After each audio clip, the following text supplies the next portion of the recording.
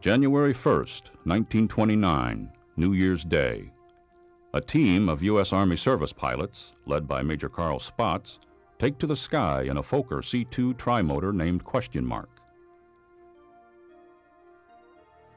Employing two Douglas C-1 biplanes, a funnel, and a long hose, they are determined to provide an answer to the question: how long can an airplane be kept in the air if it is refueled in flight?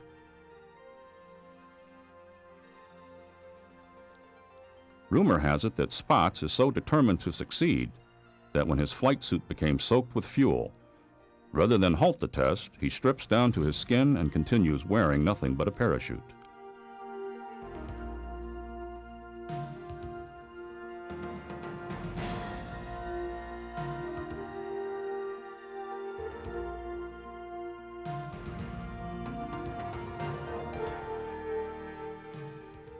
The method is crude, the tools low-tech, but in the end both prove effective.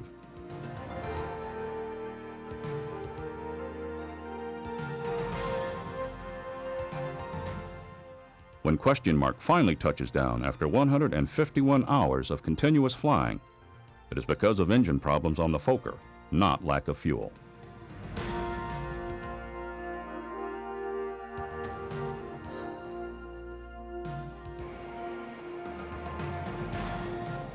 March 1999, Operation Allied Force, NATO's intervention on behalf of ethnic Albanians in Kosovo, victims of the ethnic cleansing policy of Yugoslav President Slobodan Milosevic. Aircraft from nearly a dozen nations take to the sky to make the point that the world will no longer tolerate mass murder as a political agenda.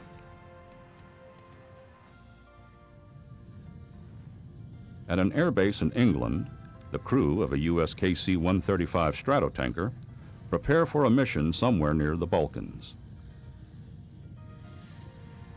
Their task is to provide an in-flight refueling stop, a service station in the sky, for the fighters, bombers, and other aircraft involved in Operation Allied Force.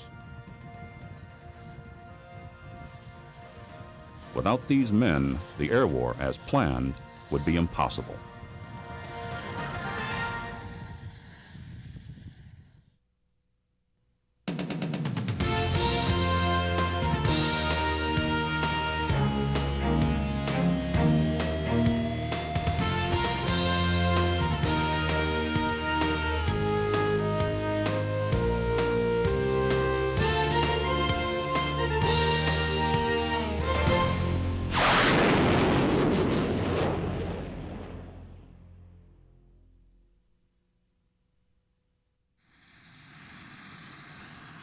Here at RAF Mildenhall in England, a nearly endless stream of KC-135s take off and land around the clock. For those just leaving, there will be hours of flying before they arrive at their assigned areas of responsibility and begin the actual work of their mission. In fact, it has taken them hours to get to the point of takeoff.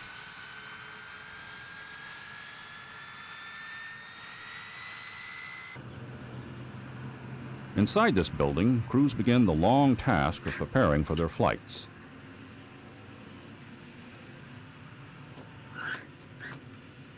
You have an Appendix A.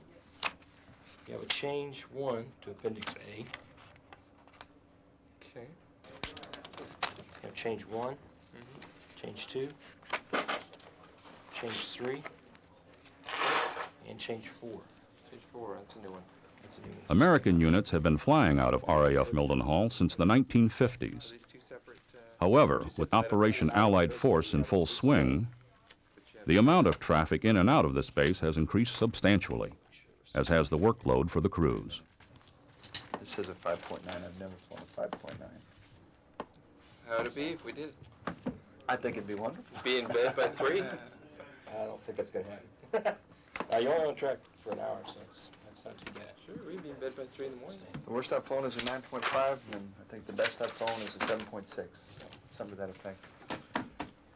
Okay, 1615. Did you miss me, Kenny? Oh, yeah, a lot. 1615 is what you're scheduled for your intel brief. So Basically, a weak jet coming over the UK. Daily weather briefings aid the pilots and crews in assessing just how bumpy the flight will be as well as how challenging. When the weather is rough, turbulence can make the connection between the KC-135 and the plane it services almost impossible. Weather will also be a determining factor in how much fuel they will carry. The route itself doesn't look too bad as far as it would just be isolated. Most of the stuff things. Right now, they're lucky. The biggest problem right now is with the wind components, because what happens is when you start getting the stronger winds going across the runway, it just makes it a little bit a high danger factor. So they're kind of concerned with that.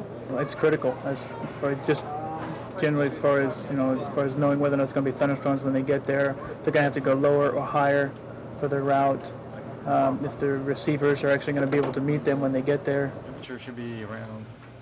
Raise that right now. Yeah, we've been in Saudi for about 78 days. It's about 40 degrees different Celsius between when we left and what we're at right now. It was over 100 degrees all the time. So, or it's starting to get over 100 degrees now. This part of the time of the year. It's different. VFR, clear, nice. No clouds, so it'll be different here. One of the most important elements of the pre-flight regimen is the intelligence briefing. All right, good afternoon. I'm Senior Airman Danielson with your Noble Anvil Allied Force pre-mission. Both ally and enemy know just how important aerial refueling is to modern-day warfare, and the tankers are well protected. A primary means of defense is information. We've definitely felt the pressure within the last few weeks. We've had a high increase in operations tempo. We've had a lot of crews come over from stateside units to augment our operations here and increase our numbers. With that, we've seen a lot of education to those new crews who haven't operated in the theater. So we've had a lot of new airmen in our intel shop, a lot of newer lieutenants. Basically, this is their first combat operation, and they're just doing a great job. We're educating them to the threats, getting them as much information before they step to the jet to have a successful sortie, as well as preparing them in case something were to go wrong, how to evade on the ground and survive in that type of situation. In basic terms, we're warning them about any surface-to-air missiles, AAA, enemy aircraft and tactics as far as the Serbian Air Force goes, and any terrorist threat that could interfere with their airspace operations. The crews themselves tend to play down the risk factors of refueling missions, but their actions tell a different story. Identifying patches are removed from uniforms. Pockets are emptied of wallets and photos of loved ones at home. Anything that might be able to provide the enemy with information about where a crew member is from and which unit he flies with. The end result of all these briefings is a mission package, a table of the aircraft they are scheduled to refuel, as well as when and where each rendezvous is to take place. On the ground, we want to keep our heads up a little more. Why don't you go and brief us up what your plan is on that? With hundreds of sorties being flown at all hours of the day and night, and with targeting packages designed for maximum effect, timing is crucial. They've got a receiver aircraft that's planning on flying his mission certain legs, and they have a certain fuel burn and basically a backup fuel, whatever, reserve fuel.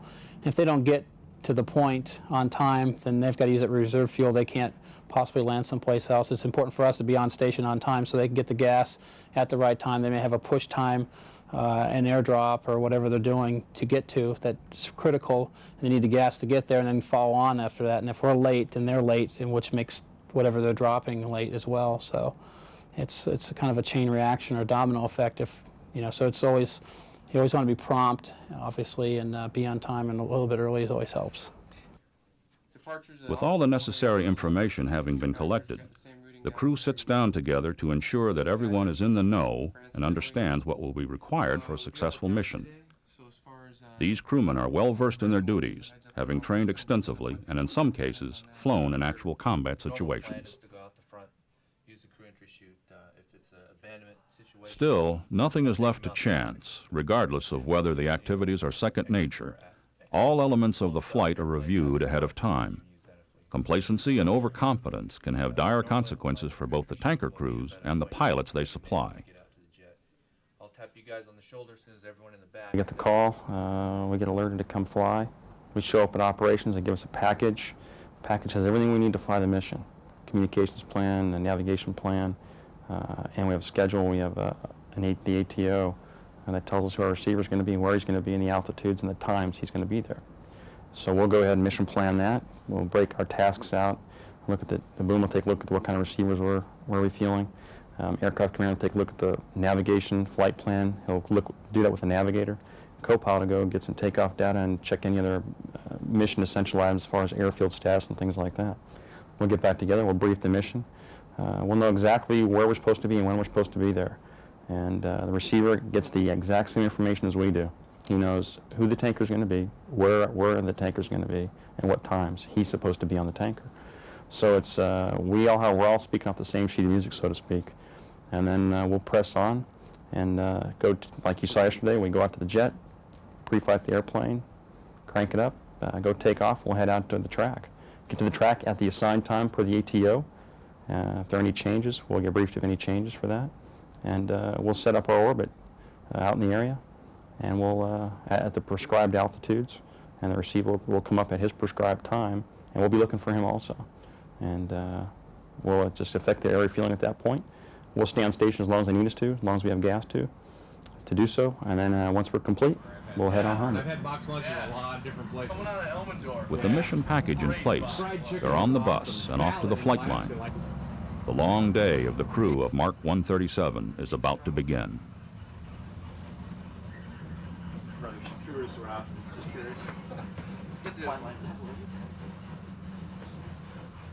It wouldn't do to get lost before the flight.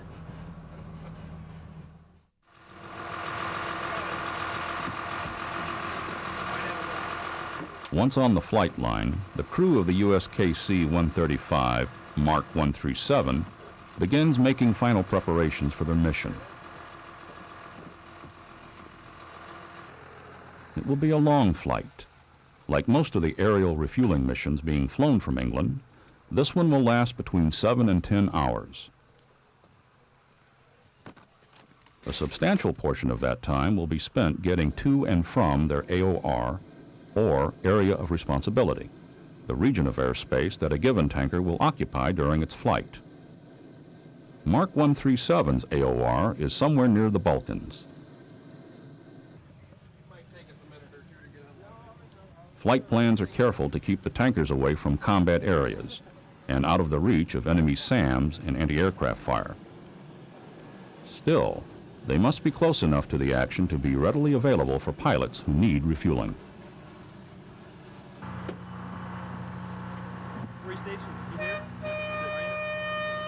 As with all flights, the pilots perform a final walk-around inspection of the aircraft before takeoff. It is unlikely that he will find any problems,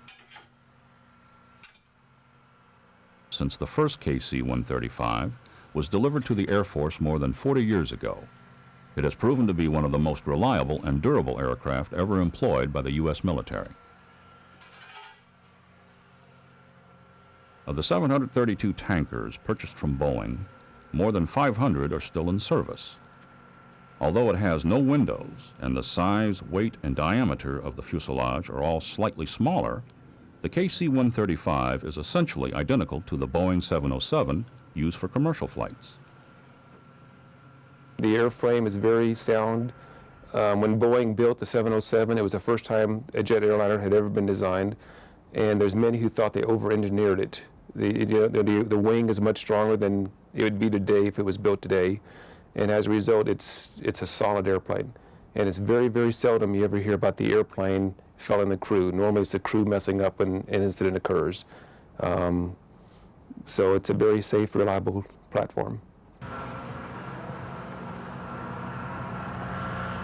136 feet long, with a 130-foot wingspan, it weighs in at 119,000 pounds when empty and can carry up to 200,000 pounds of fuel.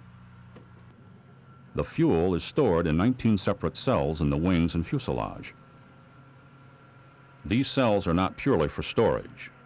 The fuel Mark 137 will dispense on this mission is the same fuel it uses to power its own engines. One thing that a lot of people have a misperception with the tanker is that it was somehow modified inside to carry more gas than a typical airplane can carry, and we don't. If you took a Boeing 707 airliner and our airplane and put them side by side, they both carry the same amount of fuel. The fuel we burn into our engines is the same fuel we're giving off to the receivers behind us. It's the airframes we can't carry that much more because of the weight of the fuel. So there's no need to design a special purpose airframe just to be an area refueler. You can take a very reliable transport made by the civilians, do a few modifications to it, and it's ready for us to use. They've considered using 747s and DC-10s. The DC-10 won out. They're looking now in the future at perhaps an airplane like the 767 to replace the 135. But again, that's for the politicians to decide sometime in the future. 0904 local, or 01004 local for a 1034 takeoff, okay? One of the challenges faced by the tankers, especially on NATO missions such as this one, is the wide array of aircraft types they must service. If you got any problem with the headset, let me know. We'll try and get it swapped out. The KC-135 is equipped with a flying boom that works fine for most fighters and bombers.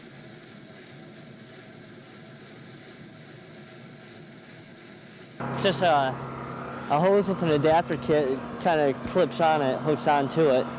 And with the drogue, the receivers make the contact. They got a probe. Most Navy and Marine fighters have a probe on the aircraft itself, and they actually come up and make the contact. Now with the boom, it's without the hose, and it's just a normal pull, and we initiate the contact onto the receiver.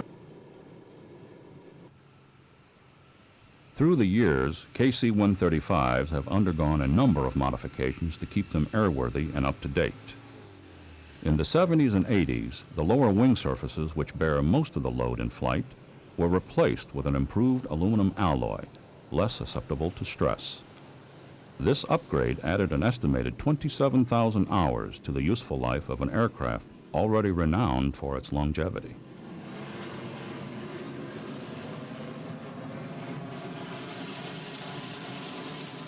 The engines of the original KC-135As were based on 1950s technology and were, accordingly, noisy, dirty, and inefficient. To overcome these problems, active service tankers were refitted with the CFM56 engine. Given the designation KC-135R, the improved version is 96% quieter, 25% more fuel efficient, and can deliver 50% more fuel as a result of the upgrade. These changes cut the fleet's fuel consumption by 2.5 million to 3 billion barrels each year. The KC-135As that were assigned to the Air Force Reserve and Air National Guard were also given an engine upgrade using refurbished and modified Pratt & Whitney engines taken from retired 707s. The redesignated KC-135E, like the one these men will fly today, has 30% more power while using 14% less fuel and is substantially less noisy than the older model. The first airplane came off the production line back in 1955. The newest one was built in 1964. So even the newest KC-135 is already 36 years old soon. But it's basically still doing the job it was designed to do. It's a very good airframe, very reliable. We're maintaining about an 85 to 90% mission capable rate during this exercise, which means that of 10 aircraft on the ramp, 8 or 9 of them are flying on a daily basis. Very routine, very stable platform. Still does the job, taking off the fuel, getting it to the receivers, and doing our job. They are talking about, there is an upgrade program as we speak. It's called Pacer Craig. And the Pacer Craig program will completely redo the cockpit area of the 135, taking it from a 4-man operation, 4-person operation, to a 3-person operation, taking the navigator out of the cockpit, with technology being the key to do something like that. So it has been modified here and there, but it's still the same basic airframe we've had since 1955.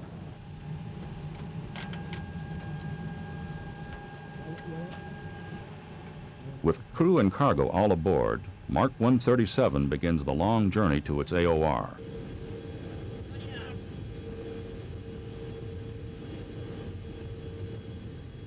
There, they will extend the reach of fighters, bombers, and other aircraft to a distance never dreamed of by pilots just a few generations ago.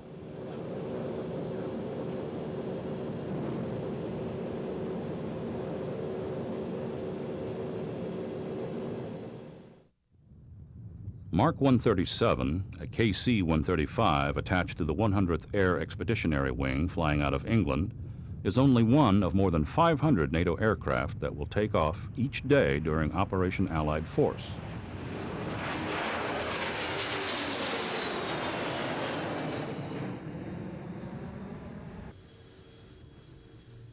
By the end of the 79-day air war, NATO forces will have conducted more than 30,000 combat sorties, and every one will have included a stop for refueling at some point during the mission. Because of the tremendous numbers of aircraft involved, air bases near the area of operations are crowded, forcing the tankers to fly from fields far removed from where they will conduct their business.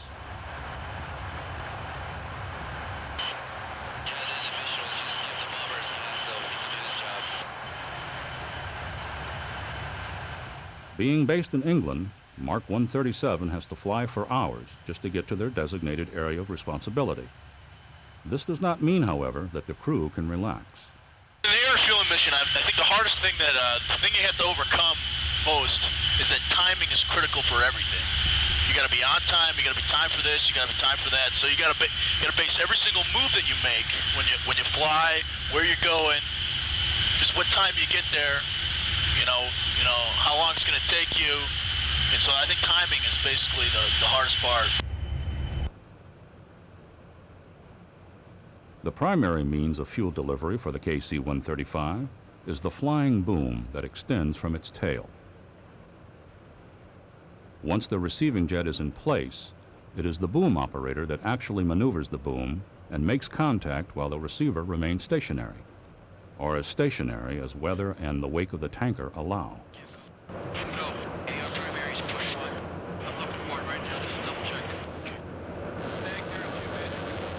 Today, however, Mark 137 will be refueling Navy jets, which have a probe rather than a boom connection. This means that it will be up to the pilot of the receiver to maneuver his probe into the drogue. The boom operator can only watch.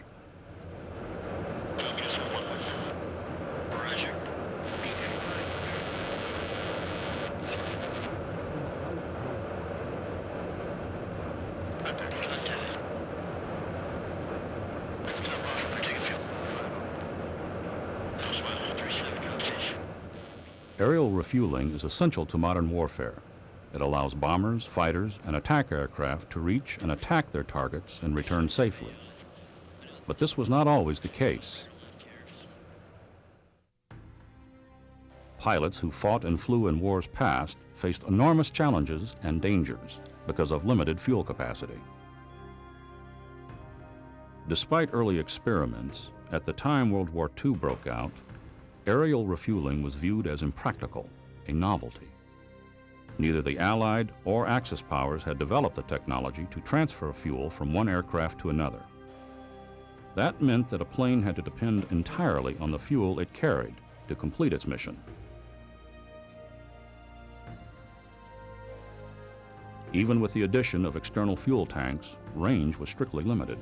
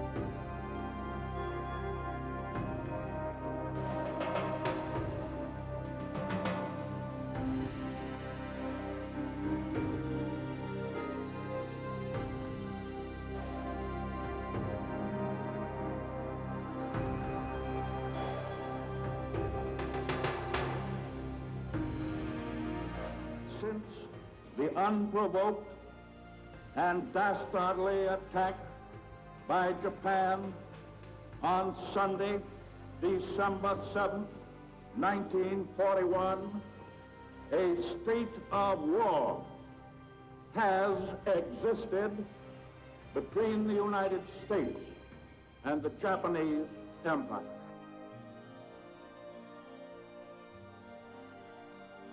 After the attack on Pearl Harbor, the U.S. was desperate to strike back at Japan. Because there was no bomber with the range to reach the Japanese mainland from Hawaii, a daring scheme was hatched. B-25s would be transported by aircraft carrier within striking distance of Japan.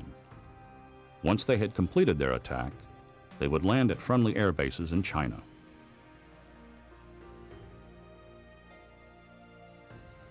Because of the B-25's range, the entire mission hinged on the carrier getting the bombers close enough to Japan to make the attack and still be able to land safely. Unfortunately, when a Japanese patrol boat spotted the task force, fear that the carrier would come under attack forced the bombers to take off sooner than planned.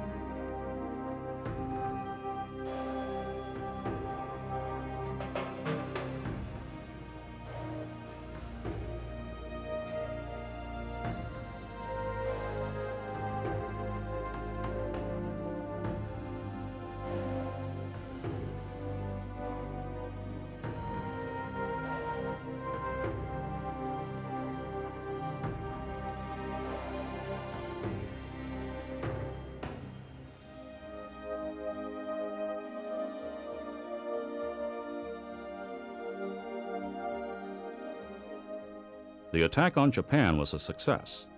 However, most of the bomber crews, short on fuel, were forced to crash land far short of their final destinations. Those that were lucky survived and returned to a hero's welcome.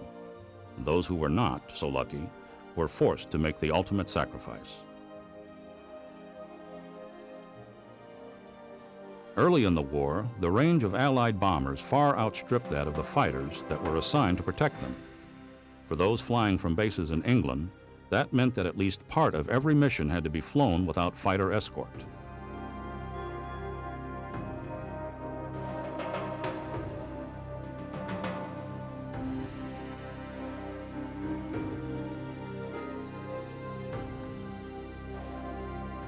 Luftwaffe fighters flying out of airfields in France and Germany devastated the unprotected formations.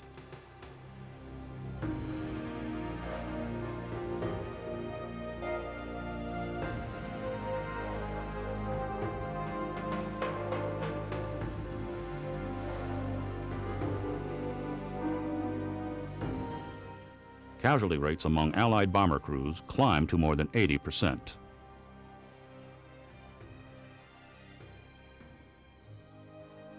The B-29 was designed specifically to provide the long-distance punch needed to knock Japan out of the war.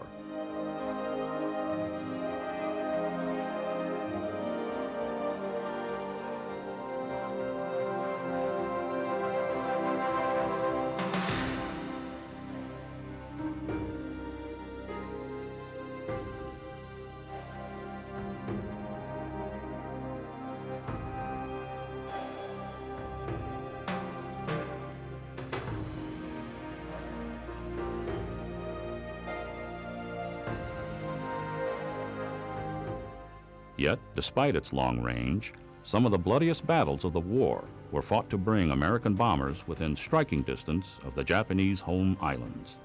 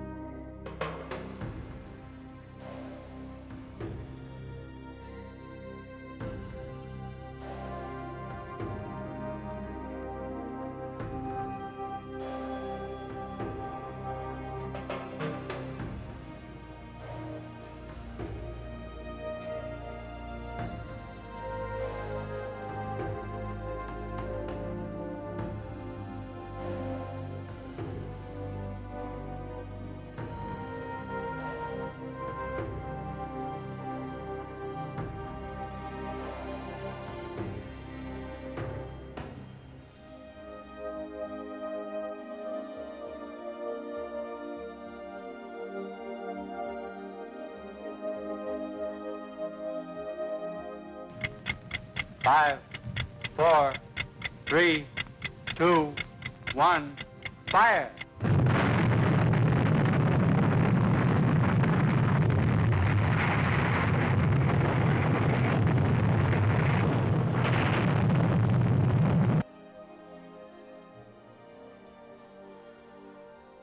Despite these difficulties, it wasn't until the war ended and the political landscape altered dramatically that aerial refueling became a priority of military strategists and aircraft designers.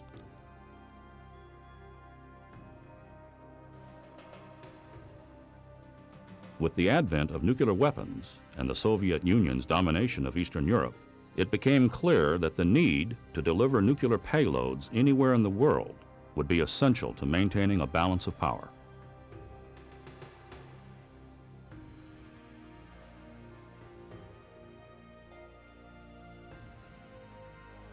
The icy chill known as the Cold War that enveloped the Soviet Union and its former allies frightened Western powers to the extent that, without warning, it would erupt into a horrible nuclear conflict.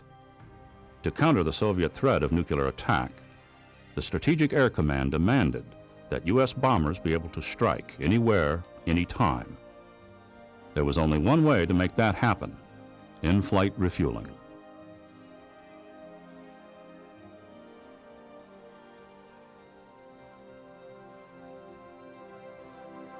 In 1951, when the Air Force adapted the KC-97 Stratofreighter tanker in conjunction with the B-36 Peacemaker bomber, the Strategic Air Command truly became intercontinental.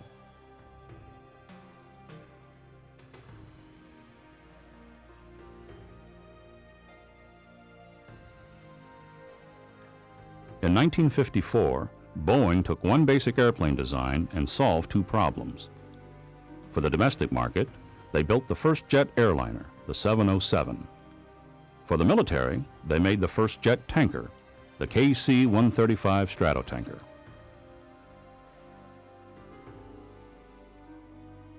The Air Force received its first Stratotankers in June 1957. By the time Boeing stopped building them in 1965, the Air Force had acquired more than 700.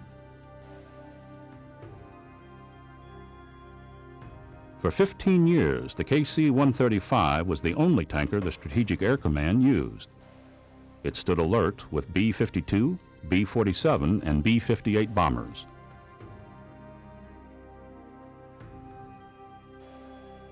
As a testimony to the longevity of the Boeing design, some 552 are currently in the Air Force inventory. They are still at work, 4 decades after first coming online. In a world where new technology makes tried and true methods of doing business obsolete overnight, the KC-135's longevity is remarkable. But then, in-flight refueling has changed little since the mid-1950s.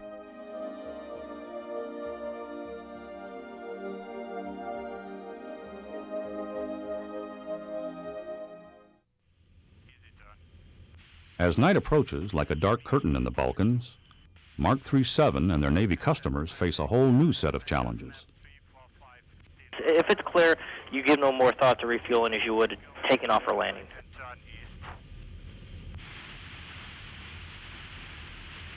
Okay, let the speed come up as we make the turn. Send hatchet to the boom brake. If everything is nice, normal, and clear, refueling is just another part of the flight. Read a step and do a step according to your checklist. However, in the dark, even easy things, like reading your next radio frequency, are difficult. Of course, that's nothing compared to getting your plane positioned behind a flying gas station. Add cruddy weather to the mix, and it gets even more complicated.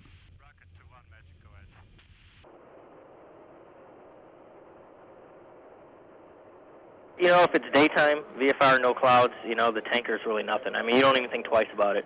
But, you know, I mean, there's times at night when the weather, you know, the tanker's in and out of weather. I mean, you're rejoining on this plane, and sometimes you don't see it to the last, you know, half mile away as you're coming up on it, you know, and then and the tankers aren't very, you know, don't have a lot of lights on, and you don't have a lot of lights on. So, I mean, you're looking at maybe 4 or 5 lights to get perspective of what you're rejoining on. And it's just like something, if we don't have our radars at night, you can't really even rejoin on a tanker if it's any sort of weather or anything like that.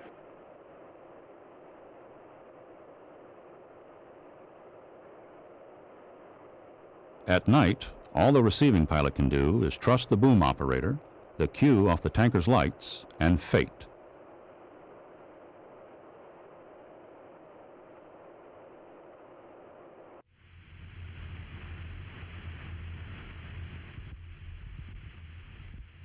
Confusion kind of reigns supreme sometimes when the weather gets bad, and there's a lot of people showing up at the tanker at the same time. So that is probably the hardest part, is just when that starts, all that communication starts breaking down, and you just need to get to a tanker now because you're running low on gas, or you're going to have to go to your divert base or something like that.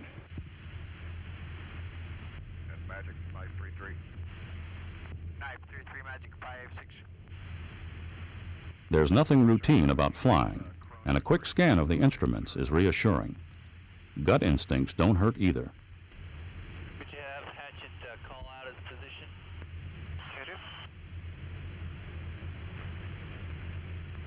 You'll have times where sometimes where with the younger guys who've never done nights and weather and stuff, that they'll have a little bit of time. But you're funny when you don't have much gas and you got to take gas to make it home. How you kind of like that survival instinct kicks in, and they end up getting on there and getting their gas.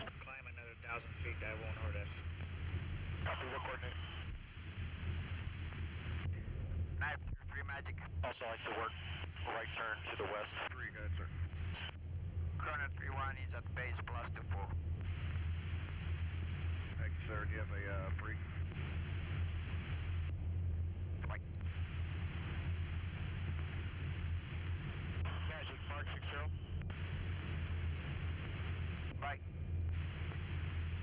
Mark 60 request climb to affect the Mark 60 Magic standby. And 933 Magic, it's on 04 Alpha.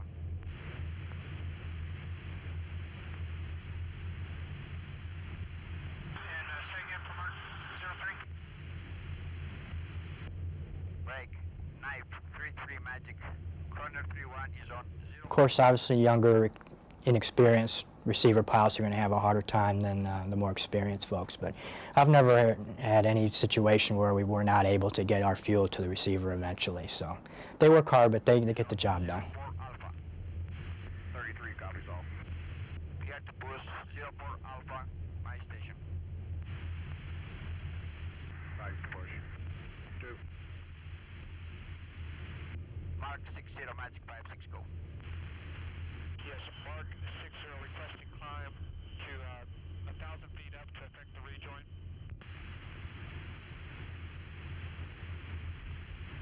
To the west. 50 feet. You got both of them, Bill? Got one. Look out your right wing there, pilot. Nobody. Magic, Mark 37, go ahead. Roger, confirm the call sign who you have on boom now. Going right. Copy that. And he's just completed tanking this month. Yeah, it's good as well.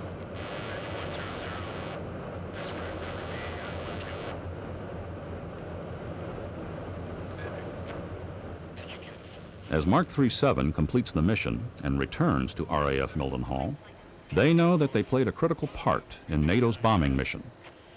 Without their efforts, the Prowlers couldn't have made the airspace safe for NATO planes, and the Hornets couldn't have reached their primary targets.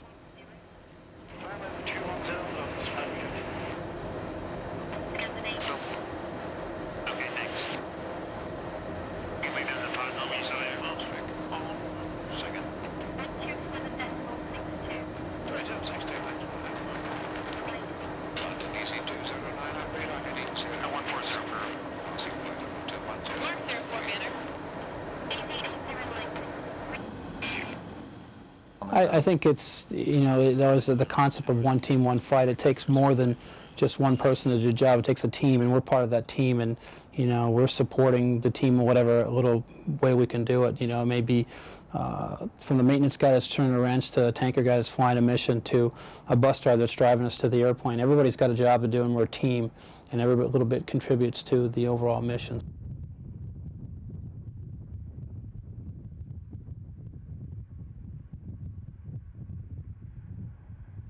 While the flying portion of the day was long and difficult for Mark 37, returning to the base doesn't mean that it's over.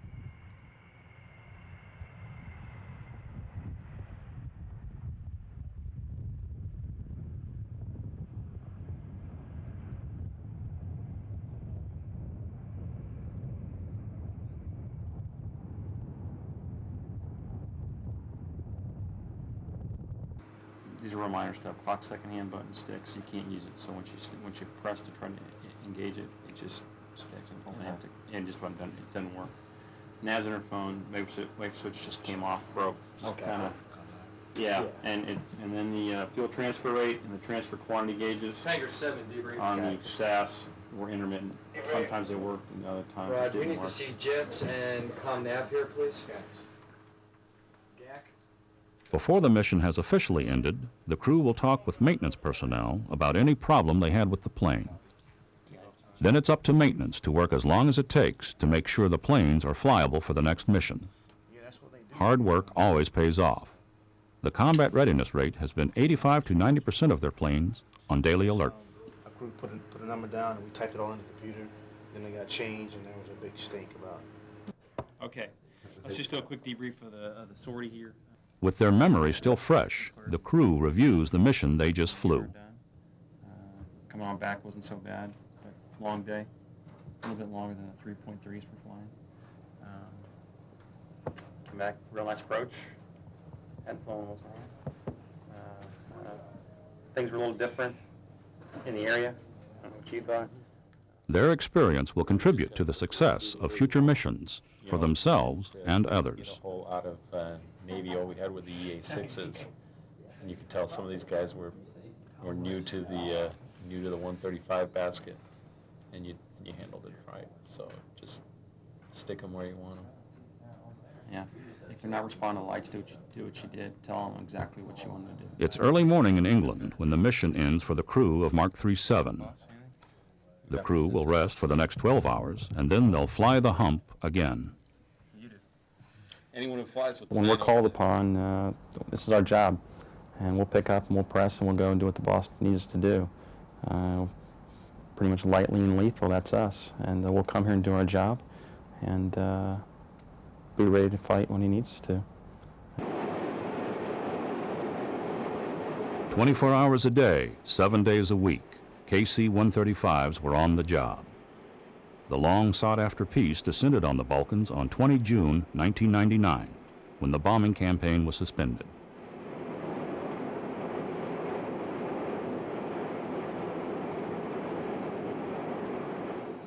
But their work doesn't end when the conflict is over. The tanker crews return to their peacetime missions almost immediately.